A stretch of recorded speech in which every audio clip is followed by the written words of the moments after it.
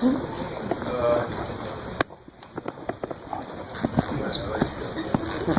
lot of people are here. Thank you guys for coming. This has been 4 years in the making. So, it means a lot to have you guys here. Dino, Quinn, everybody that's helped out. Yeah, this is for us. This comes from the heart. It's about LA and really how we really get down out here on a basketball level, and nobody can stop us. But you know, it's all about heart and community. And thank you guys for coming and support us.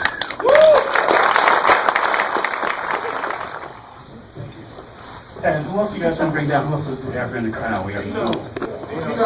Oh my God, Dino!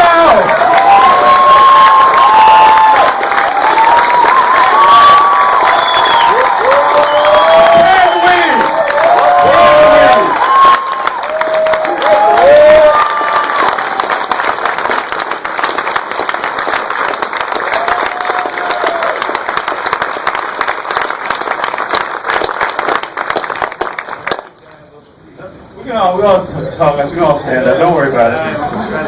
Hold his head. Big green move.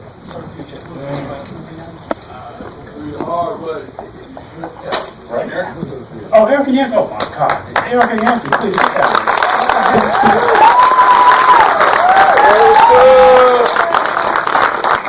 Is Alvin here? Alvin? Alvin Will.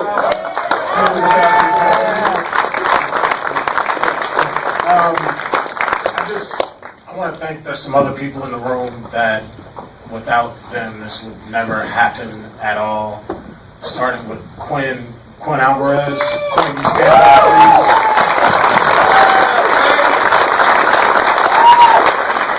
please. Rob Martinez.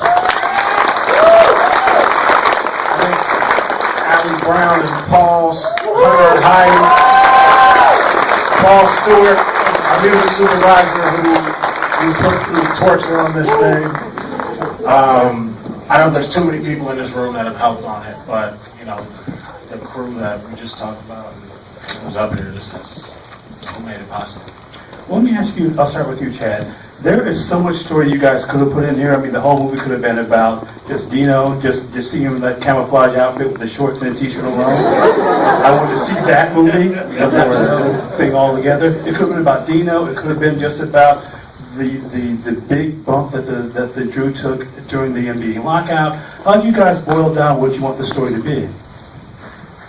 Really, it's just we had a lot when we started, and what ends up happening is you get Dino on camera, and Dino starts throwing that smile around, and just his story and history with the league. I mean, after Alvin passed it to Dino, it just made sense to follow Dino and then touch on the rest of the LA guys that have kept this thing going.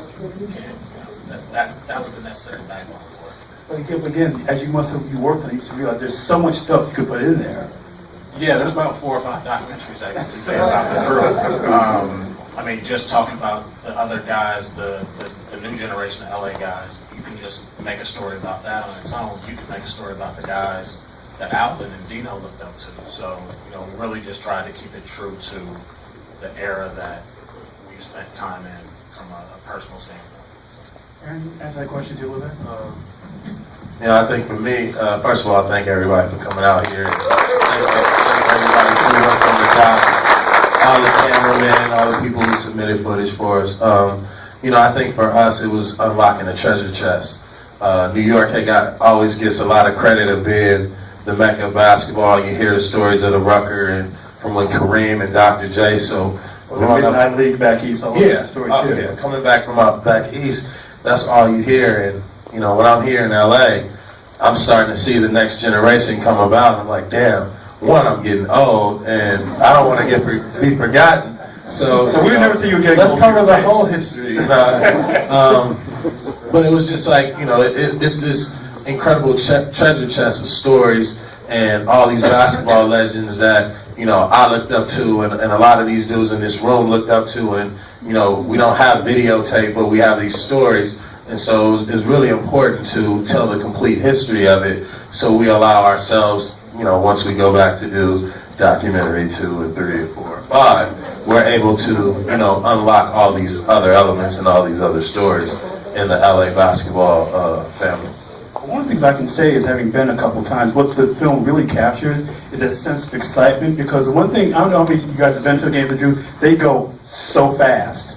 I mean, you can't believe how fast these games go. And how important was that to you guys to get that sense of velocity and muscle that happens in those games? For us, we wanted to stay true. We wanted to shoot basketball in a different way. Usually when you see basketball, it's very manicured, it's very corporate, and it's told from a singular perspective. We wanted to give you all the elements of what goes on, inside the league. There's a lot of good players, so we could have filled this documentary with a bunch of highlights, but we wanted you to see, exactly what's going to happen if you're an out-of-towner thinking that it's sweet at the Drew. So, that's how we kind of dug through everything. Dino, can I ask you what you thought when they asked you about doing the film? I thought it was going to be like a 10-minute. I didn't know we went through 40 years like that. And when he put all this together, him and Chad, I was blown away. When I just saw about 70% of it a few months ago. But to see it today was just mind-boggling. I mean, it must feel, just watching you grow up in this film and watching that this spirit in you never changes, this love for this place, for these kids, for ball. It must be a really beautiful thing for you to see this. Yeah, to see what has transpired over all these years. I went from 180 pounds to 340 pounds. But, it was all worth it. It was all worth it if everybody enjoyed it. If they enjoyed the 40-year ride.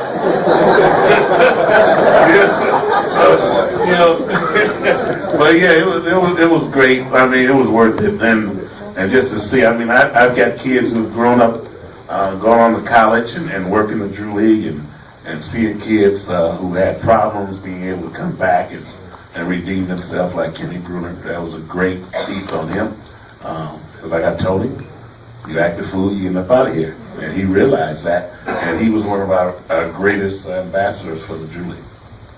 Well, Chad, there's a great line near the end of the film where Exhibit says that the Drew is like a father. And that really is something that, before it's stated in the movie, it kind of runs through the film. You're talking about building a spine in the film. Where did that come from? It's, a lot of it, that I have no credit. That's Barron's genius on the fly for that line. But just watching how Dino handles everybody. Dino really handles everybody the same way. Like a dad handles, no matter if you're a kid that doesn't know him, a kid that just is acting up in the gym, or somebody that he's known forever. Dino just provides that guidance. And Barron's comment about basketball being a father, and Drew being a father, it just provides that umbrella for everybody, where it doesn't matter if you don't have that in your life, or if you have it in your life, you can come there and get it from anybody, whether it's Still Bill, Fred Smith, Dino, it doesn't matter. It's always there. Those figures are always there. Alvin, they're all around the gym. Casper, these guys grab you and take you on the wing. They did it for me, and I need them to. So it's a good balance. Let me ask you what that line there, the line of basketball being a father. And that's really a great way to put it, especially with so many of the stories. If you watch more of those news stories, they talk about that being a fatherless community and the basketball and that kind of discipline being a father. Can you talk about that a little bit?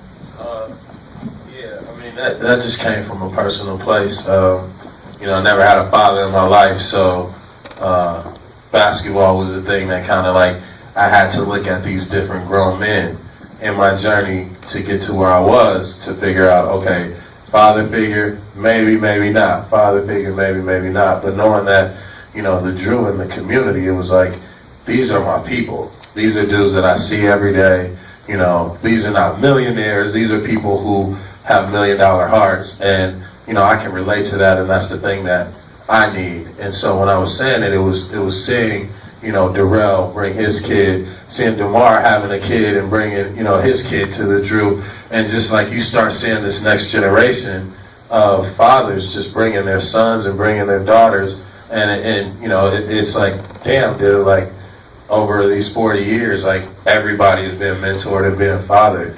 And for me, it was like never having a father. Basketball was always like that constant man in my life that I could go to and turn to when times are rough. And I think that's a lot of the things that we can relate to growing up in the inner city as young African American men not having father figures, and you need something. So for us, basketball and the Drew is a thing. Erikka, you mentioned this movie to me constant last year when I saw you telling me about this thing coming up, and talk about the shaping process of this, because again, there's so many stories that could be good. The whole movie could be about KP, it could be about any number of things. Talk about that a little bit. The shaping. How this came together? Yeah. Well, I mean, Share with everybody. Don't just get a little bit of the corner by yourself. How it drove me crazy. I can tell you that this, when I first started off as a hired gun on this, which was a smaller project, which is what Baron was saying before. It started off as a smaller project. How much smaller was it going to be? I was going to be on this for 8 weeks, and then 8 weeks became 12 weeks, and then 12 weeks became a year. And then I was like, no, I'm not going to leave this project. This is amazing, because it's such a positive. This is the kind of documentary that I always wanted to make when I decided to start making documentaries. It's a positive film. Baron likes to say it's something good out of the hood, which is true, because a lot of times when people make documentaries about African Americans in Watts or South Central or Compton or America, period. They're always about, this crime or that crime and this death and that death. And it's not positive. It's not about people like Dino. It's not about the Drew League. And this is amazing. This is incredible to me, to be able to put something out for people to see that, like, look what's happening in Watts. Look what's happening at the Drew League. Look at this look at this place where this community comes together every summer and play basketball and go to the snack bar and hang out with each other, where there are fathers and families and surrogate families for everybody in the community. So that's exciting to me. So I don't know, as far as the shaping process, it was always going to be about fatherhood as far as I understood. Okay. It was just going to be a lot smaller. and a lot shorter, but now you're going for 10 documentaries. I mean, one of the things that I really, and we'll get you guys also to talk about this, and I'm going to throw this up, Eric, and I'll start with you. The film is really a lot about hope, and that's what the Drew is about too, isn't it? Yeah, well, this is, first I want to say Dino's an amazing guy.